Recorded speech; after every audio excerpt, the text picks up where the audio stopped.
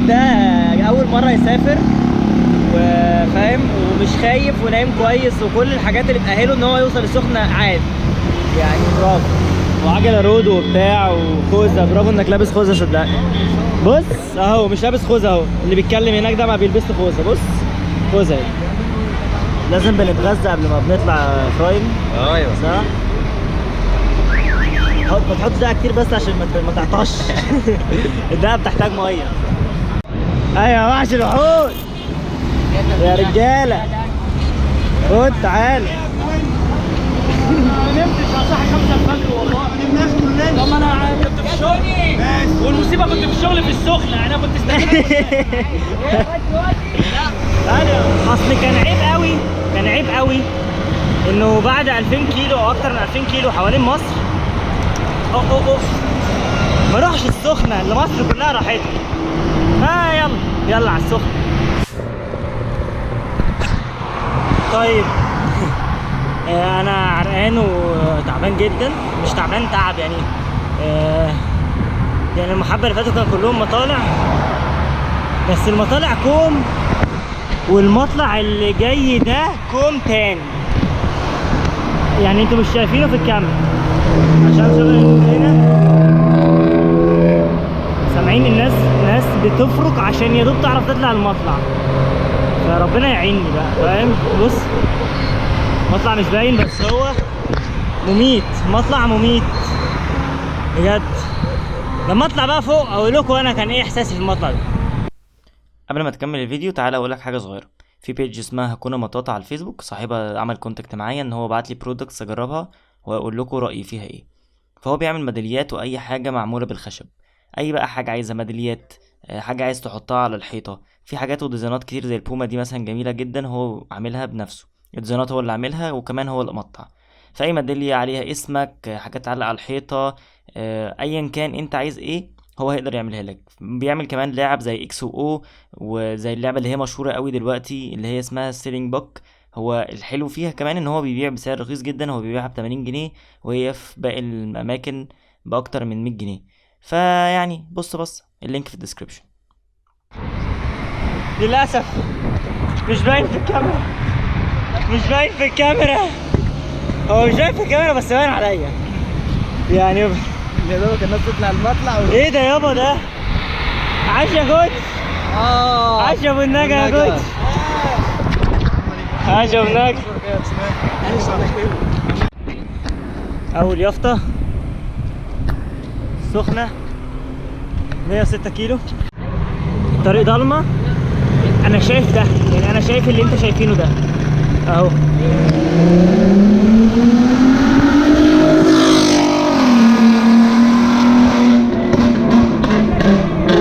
ده الصوت اللي حابب اسمعه كده لواحد صاحبي. فانا هبعت له الحته دي بس اقول له انه بص تعالى طريق السخنه مليان ناس من اللي انت بتحبها. العين السخنه مش باينه برضو. مش عارف الكاميرا مش جايبه حاجه خالص. الكاميرا مش جايبه حاجه يا عم. اوه وصلنا البوابات بس هي مظلمه. انا جيت. ايه يا جماعه ده؟ دي رحله. احنا وصلنا عند البوابات بس في مشكله انه الامن رافض ان احنا نمشي الصبح، نمشي بالليل. فاحنا واقفين بس مستنيين نشوف هنعمل ايه. بس احنا وصلنا عند البوابات دلوقتي. الطريق صعب شويه يعني. الناس اللي طالعه السخنه اللي ما طلعتش قبل كده، انا اول مره اطلع اهو. طريق من اصعب الطرق كطرق بس من انضف الطرق كاسفلت. بس فعلا المطالع والمنازل بتوعه صعبين قوي لان الطريق لحد البوابات تقريبا مطلع. مفيش منازل ابدا، هو منزل واحد بس ده جوه البلد فما يعتبرش منزل يعني. بس هشوف هنعمل ايه كده وانتم معانا يعني هتابعوا. طيب الابديتس انه هنقعد شويه لحد ما الدنيا تبتدي تنور وبعد كده هنتحرك يعني. بس هو الجو ساقع اصلا، انا عرقان ساقع قوي. عايز اقعد في حته بس بعيد عن الهوا. وجعان ممكن اعمل حاجه اكلها برضو.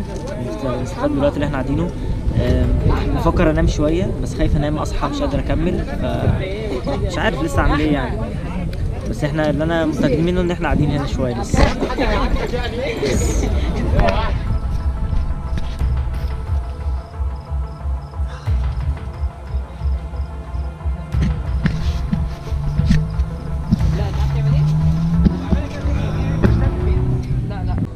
صحينا.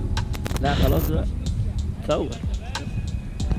طيب احنا اللي حصل بالاخر تفاصيل حبه اللي فاتوا، ممكن ضلمه، الدنيا كانت ضلمه جدا. الدنيا الساعه دلوقتي 4، فممكن تكونوا يعني كمان شويه هنعرف نصور الطريق. حلو ان احنا معانا 100 كيلو في النور، فاعتقد ممكن نلاقي حاجات نصورها، عشان انا الفتره اللي فاتت دي كلها ما كنتش عارف اصور حاجه من الضلمه. بس احنا دلوقتي بقالنا 4 ساعات واصلين، لا 3 ساعات ونص او 3 ساعات واصلين عند البوابات، بس الدنيا كانت ضلمه خالص فهي دوب نورت، فقلنا نيجي نتصور. الشباب اهي هنتحرك دلوقتي. عاش اهو. في بقى مناظر يعني مش هتبان في الكاميرا، بس اللي منور ده يعني ممكن نبعد ده.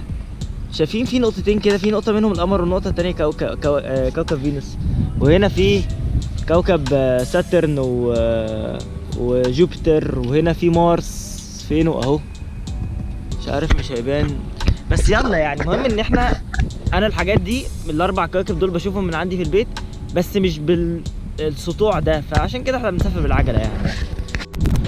طيب هو انتوا شايفين منظر ده بدايه الشروق على الطريق حلو قوي دلوقتي، لحد دلوقتي فعلا حلو جدا يعني.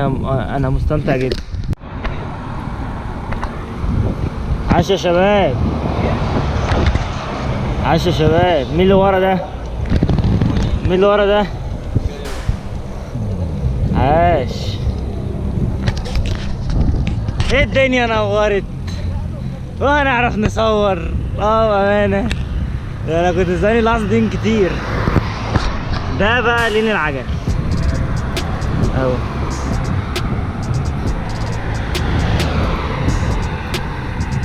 هو ده.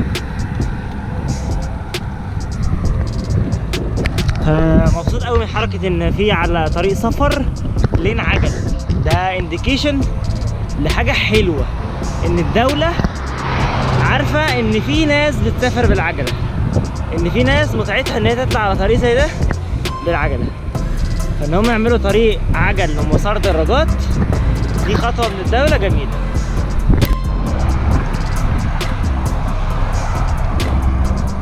عاش يا شباب يا جامد، عاش يا شباب يا جامد.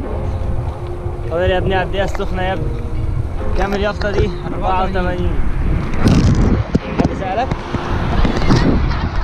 بحب ارخم عليه قوي.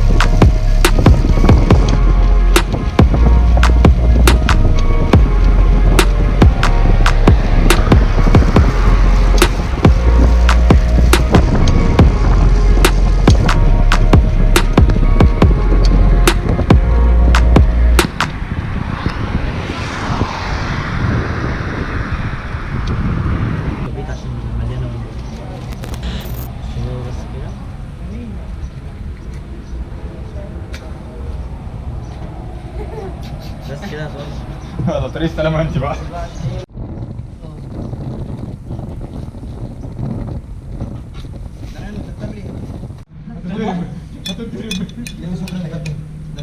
ايوه ده ايه؟ ثانية واحدة شكرا.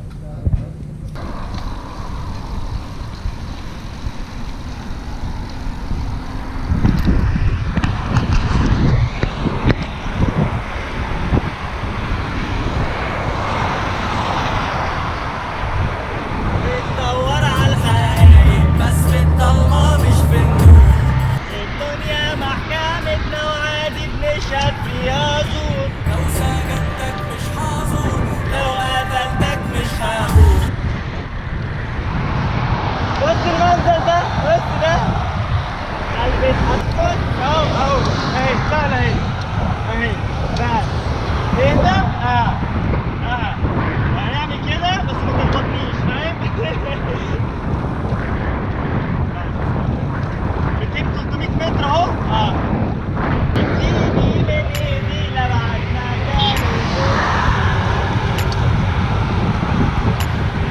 كمل كده.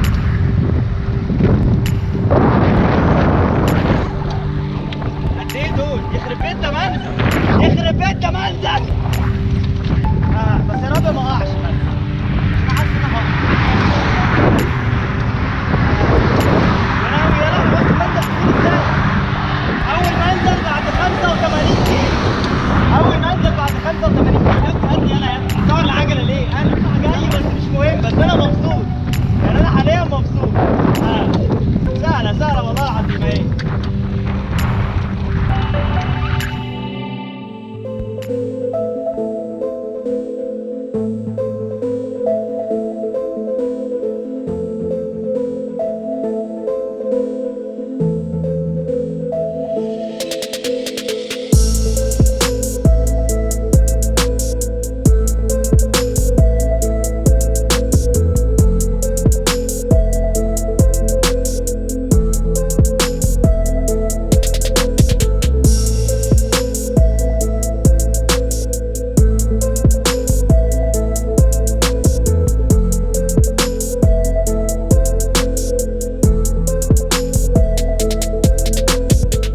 بجد عايز اقول حاجه، يعني لو حد اول مره يسافر المفروض يعمل ايه اصلا؟ المفروض رجليه تبقى واخده العدد لفات، فينزل تمرينات عدد لفات وبتاع. غير كده بلاش سخنه اول مره، لان السخنه طريقه معظمها مطالع. يعني احنا مثلا داخلين على كيلو 55، كان من ضمنهم تقريبا 40 كيلو مطالع خفيفه على مطالع تقيله وكده، والاثنين بيتعبوا يعني. بس احنا لسه الصبح بدري، فالهوا مش كده.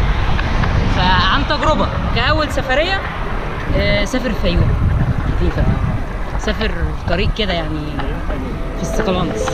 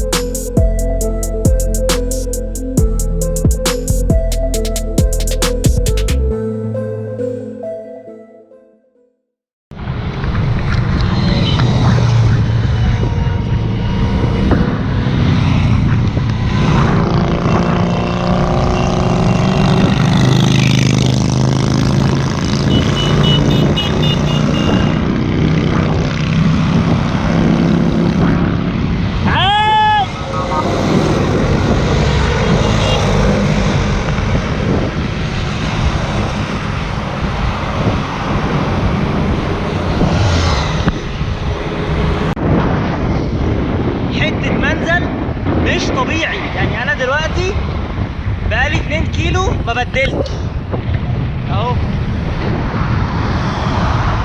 ما بدلتش بقالي 2 كيلو. معرفش مش هبدل لحد قد ايه يعني اهو. بصوا اصلا المنظر عامل ازاي. منزل جامد.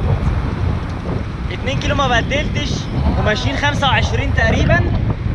فانا بقول له هو عايز يجري، فبقول له احنا ممكن نستفاد نريح وفي نفس الوقت نكون خدنا مسافه.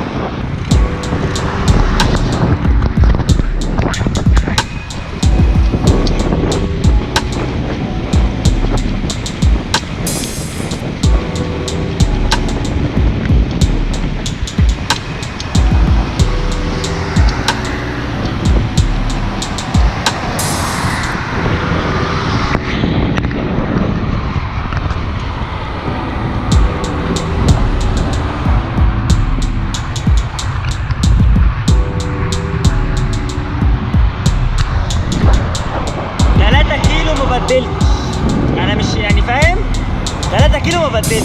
مش مستوعبين انا مبسوط ازاي اهو بأمان.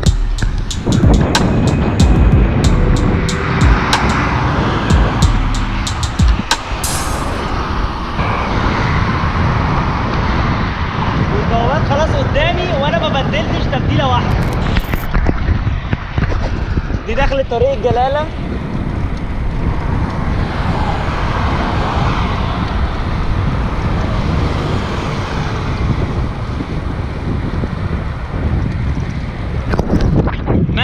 طبيعي. يعني ده كيلو كام اللي جاي ده؟ ده كيلو 6. مستوعبين يعني ايه كيلو 6 وانا ما بدلتش من كيلو 11؟ يعني انا بقالي 5 كيلو ما حطيتش رجلي على البدال.